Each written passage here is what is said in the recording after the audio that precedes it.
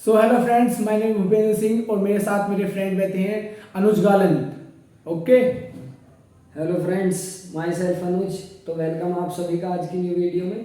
Today we are want to discuss with you this CUET review of our examination. जैसा कि मैंने आपको पिछली वीडियोस में बताया था कि हमारा एग्ज़ाम था, मेरा 25 को था 3 डोमेन का एग्ज़ाम, एक 26 का था लैंग्वेज का और भूपेंद्र जी का था 27 में 3 डोमेन का। जैसा कि आपको पता होगा, हम नीट एस्पिरेंट है, फिजिक्स केमिस्ट्री बायोलॉजी हमने डोमेन फिलअप करे थे सीयूईटी में। तो हम उसके बारे में ही आज की वीडियो में आपसे डिस्कस करने वाले हैं कि कैसा हमारा एग्ज़ाम गया और कैसा हमारा रिव्यू है। तो चलिए वीडियो को स्टार्ट करते हैं। बताइए बोलो, कैसा रहा वीडियो, कैसा आपको लगा, क्वेश्चन पेपर आपको कैसा लगा? क्वेश्चन पेपर भाई ऐसा था कि मतलब वो वाली बात नहीं होती है कि बड़े एग्जाम की तुम तैयारी करो तो छोटी की अपने आप हो जाती है। आप किसी बड़ी चीज़ की तैयारी करो तो छोटा तो अपने आप क्लियर हो ही जाएगा। पर हमें इनके कोई मतलब नहीं था ना, हमने प्रिपरेशन की थी। हम वैसे ही एट द टाइम हमने जब कभी 12th पढ़ी थी, खाली मतलब नीट के एग्जाम में जब पढ़ी थी, बस मैं जब ही करी थी, क्योंकि मेरा पिछले साल मेरा खाली सिलेबस 11th का ही कंप्लीट हो पाया था। 12th के कुछ ही चुनिंदा चैप्टर हुए थे मेरे, उस वजह से मतलब 12th नहीं आती थी, मगर पेपर मेरा बहुत आसान था।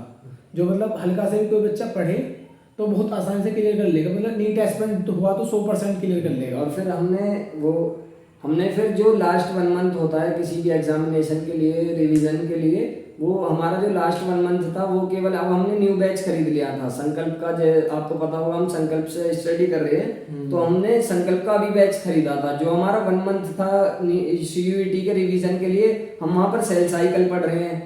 सीयूईटी में आना है फुल 12th का, तो हमने 12th पढ़ा ही नहीं था, हमने बिल्कुल लाइटली लिया।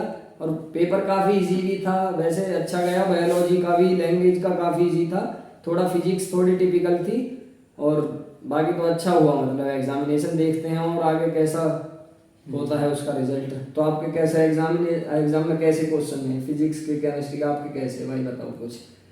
देखो जी, बायोलॉजी के क्वेश्चन इस प्रकार थे कि बहुत मतलब ऐसे थे डायरेक्ट आंसर वाले, direct line to line, direct line छप रही थी एनसीईआरटी की। एनसीईआरटी मतलब बहुत सी लाइन तो ऐसे क्वेश्चन थे बहुत ही आसान से। 5 क्वेश्चन हनीमी वाले पे दे दिए, मतलब फूड न्यूट्रिशन, फूड वाला जो चैप्टर है उस जूलॉजी का, उसमें 3-4 क्वेश्चन उसके दे दिए। मतलब उसकी कुछ लाइन दी थी, उसके नीचे उसके क्वेश्चन पूछ रही है, इसने क्या करा है, इसने क्या किया है।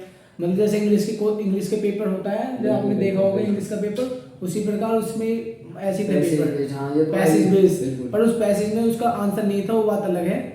पर जिसने भी ये टॉपिक पढ़ा होगा तो उसके सीधे 5 नंबर का एक क्वेश्चन आता है। 3 क्वेश्चन आए थे लगातार, तो सीधी सी बात है ना, 15 नंबर तो अपने एक तरफा ही। जिसमें ऐसे ऐसे 2 क्वेश्चन आए थे, मतलब 6 क्वेश्चन, 6×5 30 नंबर तो आपके वैसे ही हो जाएंगे। और बहुत आसान क्वेश्चन थे, मतलब नीट के अकॉर्डिंग तो बहुत ही आसान थे। मतलब जो बेसिक्स जिन्हें हम 12th में नीट के लिए बताते भी नहीं है ना सर, कि बस खाली नॉलेज के लिए बताते हैं, ये क्वेश्चन थे उसमें। जिसको नॉलेज मतलब जिसका बेसिक क्लियर है ना 12th का, वो बहुत आसानी से 12th का बायोलॉजी का पेपर दे देगा। और फिजिक्स हमारी थोड़ी अभी ऐसी ही उसकी ज़्यादा है। ये तो मैं बताना चाहूँ, जो भोलू जी ने जैसा बताया कि पैसेज में जो सीन पैसेज वाला जो कॉन्सेप्ट है, इंग्लिश से इन्होंने उठाया, ऐसे ही मैंने क्योंकि दिया था लैंग्वेज का, इन्होंने नहीं दिया था। तो लैंग्वेज में भी एक पैसेज इन्होंने दिया, उसी में से 5 क्वेश्चन, तो मतलब 5 क्वेश्चन एक ही पैराग्राफ से पूछ लिए। क्योंकि मेरा लैंग्वेज में मैंने हिंदी फिलअप किया था, तो वो दे दिया कि राइटर का जो बर्थ हुआ है इस सन में हुआ है, कि उनका हजारी प्रसाद द्विवेदी या कोई भी है, उनका जन्म सन इसमें हुआ है। नीचे पूछ रहे हैं क्वेश्चन, मतलब काफ़ी इजी थे। और ऐसी बायोलॉजी में मुझे दिया था न्यूट्रिशन एंड वो वाला इकोसिस्टम से जो एक डायग्राम है, और उसमें से मुझे दिए थे मतलब 5 क्वेश्चन सेम ही डायग्राम से, कि प्राइमरी प्रोडक्टिविटी क्या है, प्राइमरी न्यूट्रिशन क्या है। तो इस तरीके से काफ़ी ज़्यादा इजी। और सीयूईटी सच में ही, यदि कोई बीएससी एस्पिरेंट है, बीकॉम बीए करना चाहता है रेपुटेटेड कॉलेजेस से, तो काफ़ी सही है। सीयूईटी इतना टफ नहीं है, मेरा भी ऐसा ही है।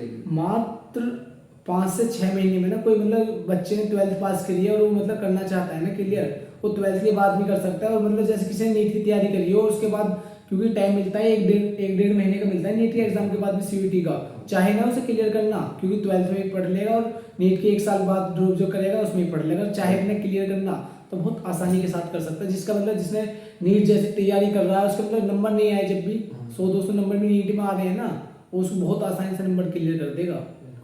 12th का यार तुम मतलब 1 महीने तुम पढ़ के तुम उसे कर दोगे 1-2 महीने में। अब मतलब जो बिल्कुल न्यूट्रल है, कुछ बहुत से ऐसे होते हैं जिनकी 12th खराब हो जाती है बिल्कुल, हम जैसा हमारी हुई थी। हम लॉकडाउन में फंस गए थे और स्कूल हमारे इतने खास नहीं थे। स्टेट बोर्ड से हमने 12th करी, स्टेट बोर्ड से करी थी, हम दोनों भाइयों ने एक साथ ही करी थी। उस वजह से हमारी मतलब 12th की और 11th 12th अच्छी नहीं गई है। मतलब 9th 10th भी उसी से करी थी और 11th 12th भी। और हमें इतनी नॉलेज भी नहीं थी। हमारे स्टेट बोर्ड मतलब कॉलेज था, जो हमारा स्कूल है स्टेट बोर्ड था, उस वजह से। पर मैं कहना ही चाहूँगा किसी को बीएससी करनी है ना, पर बढ़िया कॉलेज से, मतलब DU हो गया, BHU होगा, इनसे। तो भाई आप डायरेक्ट इसमें 6 महीने प्रिपरेशन करके भी बहुत क्लियर, आसानी के साथ इसमें तुम क्लियर कर सकते हो। बायोलॉजी में बिल्कुल ऐसे क्वेश्चन आते हैं, आप चाहो तो यूट्यूब पे जिसने वन शॉट भी देखी होंगी ना भाई क्वेश्चन वाली, उनसे भी पढ़ के कर सकता है, क्योंकि बहुत आसान। मैंने देखा कि बहुत से क्वेश्चनों के जो, क्योंकि हमारे बहुत से बेस्ट टीचर फिजिक्स वाले के भी हैं और अड्डा वाले हैं, जैसे ये अपने मतलब जो टीचरों ने जो क्वेश्चन वाली लिस्ट लगाई थी, ऐसे करते हैं कि पहले क्वेश्चन पढ़ा, फिर उसे समझाते भी हैं। उसके विपिन शर्मा सर जैसे हैं, पहले क्वेश्चन लिया फिर उसे समझाया। वो खाली मैं CUET के लिए बता रहा हूँ फिलहाल तो। और तो हम उन्हें भी देखेंगे ना, तो खाली उनसे भी काम बन जाएगा। मतलब आफ्टर हम चाहते ना, जैसे हमने कि हमारा बैच चालू हो गया था, हमने बैच की लेक्चर ले रहे थे, बैकलॉग हो जाएगा। बैकलॉग तो वैसा हो जाएगा, तो फिर यार खत्म करना बहुत मुश्किल हो जाता है। क्योंकि पिछले साल ऐसे ही हुआ था हमारे साथ। बैकलॉग ऐसा हुआ था कि सर चलिए 12th में, हमारी 11th भी नहीं हो पाई थी। सर की 12th कंप्लीट, हमारी 11th कंप्लीट जब हुई है, तो वही हो जाता है फिर। इसलिए हमने अब क्या सोचा कि पेपर तो हमें जब भी BSc नहीं करनी थी, हमारा जो था मोटिव पेपर देने का किया काफ़ी था कि हमें क्वेश्चन देखने थे किस प्रकार के क्वेश्चन CUET के आते हैं। इन दोनों का नीट का और CUET का जैसा आपको पता होगा, बस केवल सेम सिलेबस है। CUET में केवल 12th के आते हैं, फिजिक्स केमिस्ट्री बायोलॉजी, और नीट में 11th 12th दोनों के आते हैं। तो केवल मैंने पहले सोचा भी था कि मैं फॉर्म फिलअप करूं और मैं आगे ग्रेजुएशन भी करूं BSc, लेकिन अब मेरा ऐसा कोई प्लान है नहीं। और आगे देखते रिजल्ट कैसा आता है, तो अगली वीडियो में या फिर आगे भी जैसे ही रिजल्ट आएगा CUET में, जो भी अपडेट होंगे हम आपको बताते रहेंगे उस बारे में भी। और एग्जाम काफ़ी सही हुआ है, पता होगी जिन्होंने भी दिया है, ऑनलाइन मोड में होता है। और इतने ज़्यादा, और केमिस्ट्री में काफ़ी नेम रिएक्शन आ जाते हैं, 3-4 लगभग नेम रिएक्शन दे देते हैं। तो सीधे क्वेश्चन आते हैं। केमिस्ट्री के भी खाली डायरेक्ट क्वेश्चन थे केमिस्ट्री के भी। मतलब जो नेम रिएक्शन रहती है, खाली आप किसी की नेम रिएक्शन देख लोगे ना, मतलब आने कोई फ्यूचर में CUET का पेपर दे और हमारे वीडियो देख ले, तो उसके लिए बता रहा हूँ यार, कोई भी मतलब CUET उसके लिए CUET के लिए आप नेम रिएक्शन देख के जाना। मतलब पंकज सर ने भी बना रखी है, 25-26 रिएक्शन एक साथ करा रखे हैं, सारी उसी में से आ जाएंगी। मैं 2-4 के मैं कुछ नेम रिएक्शन के नेम बता दूं, जैसे वो सेंटमेयर रिएक्शन है, कैनिजारो है, या फिर पोलवे रिएक्शन है, वुर्ज रिएक्शन है, रीमन टीमन रिएक्शन है, और इसी तरह से काफ़ी जो बेसिक हैं, ये सभी अगर हम प्रिपेयर कर लें तो आसानी से हो जाना है। इतना टफ है नहीं CUET। और तो आज की वीडियो में और बताइए भोलू जी, या काफ़ी है इतने? और आपको जैसे कुछ भी क्वेश्चन पूछना है तो आप कमेंट भी कर सकते हैं। कमेंट कर सकते हैं, आप कमेंट करेंगे तो हम ज़्यादा तक पूरी कोशिश करते हैं कि इसका रिप्लाई दे दें। और कुछ ऐसा टॉपिक हुआ कि हम कमेंट में नहीं बता सकते, तो हम उसके लिए आप पहले बता देंगे, उसके लिए वीडियो बना लेंगे बिल्कुल। और क्या, क्योंकि यार आप बताओगे जब तो नया टॉपिक हमारे पास आएगा, और हम जब उस पर रिसर्च करके हम आपको बताएंगे, क्योंकि हम भी एस्पिरेंट हैं, नीट एस्पिरेंट हम दोनों भाई, ठीक है ना। और आपको जिसका जैसा रिजल्ट आए कोई दिक्कत लेनी नहीं है। हाँ, बिल्कुल। कोई ऐसी बड़ी बात नहीं है इसके लिए, ठीक है ना। 12th के बच्चे देते हैं ज़्यादातर, हमने तो बस दे दिया है सेंट्रल यूनिवर्सिटी एंट्रेंस टेस्ट, क्योंकि ये भाई नहीं भी होता तो कोई ऐसी दिक्कत नहीं है यार, इतना आसान भी नहीं है। क्योंकि पहले यदि आपको पता होगा कि 90+ जिनकी परसेंटेज आती थी स्टेट बोर्ड में या CBSE बोर्ड में, उन्हें अलॉट होते थे DU या सेंट्रल यूनिवर्सिटीज़, और आज उन्हें के लिए एग्जाम हो रहा है। तो इतना आसान नहीं है यार, हम केवल नीट की प्रिपरेशन कर रहे हैं, हम थोड़े अपर स्टेप हमने देखा है, तो केवल इसी बेस पर हम कह पा रहे हैं कि आसान है।